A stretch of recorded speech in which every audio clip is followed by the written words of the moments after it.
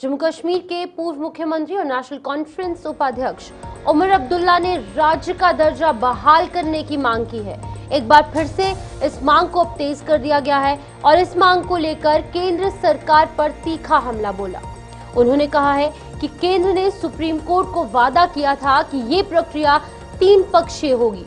आपको बता दें कि डिलिमिटेशन और विधानसभा चुनाव पूरे हो चुके हैं, मगर अब सिर्फ इसलिए राज्य का दर्जा बहाल नहीं किया जा रहा क्योंकि भारतीय जनता पार्टी को सत्ता हासिल नहीं हो पाई। उमर अब्दुल्ला ने यह भी कहा कि जनता को भारतीय जनता पार्टी की हार की सजा नहीं मिलनी चाहिए।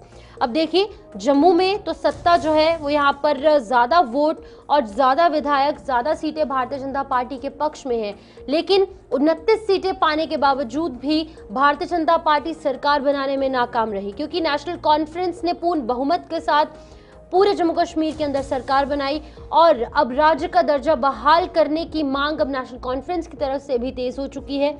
जो सरकार है वो ये कह रही है कि विधानसभा चुनाव जो है वो शांतिपूर्ण तरीके से हुए, डिलिमिटेशन की प्रक्रिया पूरी हो चुकी है, लेकिन आखिरकार वो सही वक्त आएगा तो आएगा कब?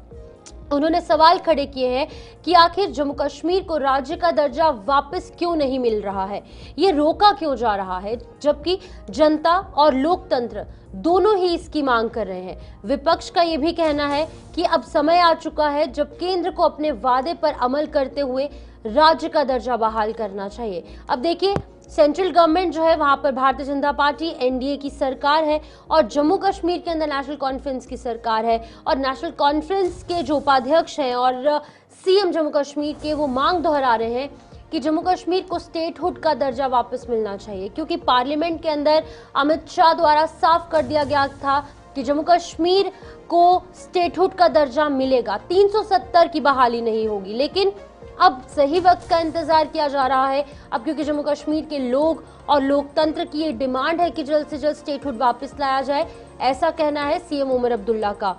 और 29 सीट्स और 28 विधायक जो है वो यहाँ पर भारतीय जनता पार्टी के हैं, वो भी कहीं ना कहीं अब जो है इस चीज को कह रहे हैं। लेकिन अगर हम उमर अब्दुल्ला की बात करेंगे तो उनका साफ कहना है कि अब जल्द से जल्द जम्मू कश्मीर को राज्य का दर्जा बहाल करना चाहिए, सीधे तौर पर सजा जो है वो लोगों को नहीं मिलनी चाहिए। सबसे बड़ा चैलेंज ये है कि स्टेट नहीं है ना।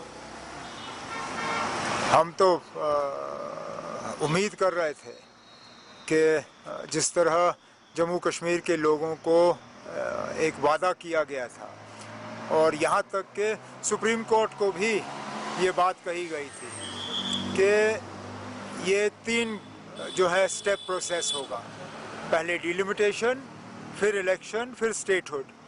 डिलिमिटेशन भी हुआ, इलेक्शन भी हुए, लोगों ने बढ़ चढ़ के इलेक्शन में हिस्सा लिया। अब चलिए, बीजेपी की बदकिस्मती वो जीत नहीं पाए, लेकिन उस बात की सज़ा तो जम्मू कश्मीर के लोगों को दी नहीं जा सकती। कहीं ऐसा लग रहा है कि क्योंकि जम्मू कश्मीर के लोगों ने यहाँ बीजेपी की हुकूमत नहीं बनाई, इसलिए अब जम्मू कश्मीर के लोगों को स्टेटहुड नहीं मिलेगा। ये जम्मू कश्मीर के लोगों की ज़्यादती है ना, क्योंकि कहीं पे भी ये नहीं कहा गया था कि नतीजे बीजेपी के हक में हो तब स्टेटहुड मिलेगा। यहाँ बदकिस्मती से अब देखा जा रहा है कि स्टेटहुड और इन चीज़ों की मुखालफत अगर कहीं से हो रही है तो बीजेपी की तरफ से हो रही है। 20% है, शिकारा वाले चेंज कर रहे हैं, हाउस बोट वाले रो रहे हैं, सब रो रहे हैं ना, सब रो रहे हैं। हमारी तो लगातार कोशिश रही कि टूरिज़्म दोबारा से शुरू हो और हम उम्मीद भी कर रहे थे कि ये पूजा सीज़न जो है, पूजाओं के बाद वेस्ट बंगाल, कलकत्ता वगैरह से जो है टूरिस्ट दोबारा आना शुरू हो जाएंगे, लेकिन जिस तादाद में हम उम्मीद कर रहे थे उस तादाद में अभी लोग आए नहीं। हमारी कोशिशें तो जारी रहेंगी, देखते हैं क्या होता है। Sir, I love Mohammed controversy बढ़ रहा है बाहर, क्यों? बहुत सारे स्टेट्स में इनको अरेस्ट किया यूथ को। किस लिए? आई लव मोहम्मद जो पोस्टर्स बैनर्स पे, अब इसमें लिखने में किसी को एतराज़ क्यों? ये 3 अल्फाज लिखने में किसको एतराज़ हो सकता है? मेरी समझ में नहीं आता ना, ये 3 अल्फाज लिखने पे ये गिरफ्तारी की वजह कैसे बनती है? ये आप इसका मतलब कोई वाकई कोई मतलब दिमागी तौर बहुत ज़्यादा बीमार होगा जो इन 3 अल्फाजों को लेके इसके ऊपर कोई केस बना सकता है।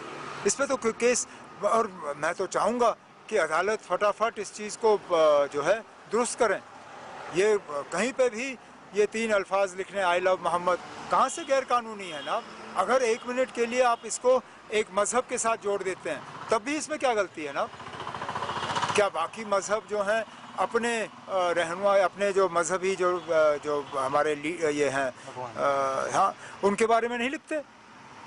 क्या हमारे जो सिख भाई बहन हैं अपने गुरुओं के बारे में नहीं लिखते? क्या हमारे हिंदू भाई बहन जो हैं अपने मुख्तलिफ भगवानों के बारे में नहीं लिखते? लिखते हैं। आप जम्मू कश्मीर से बाहर जाइए, शायद ही आपको कोई गाड़ी दिखेगी जहाँ पे किसी भगवान की तस्वीर नहीं होगी। तो अगर वो गैर कानूनी नहीं है तो ये कहाँ से गैर कानूनी?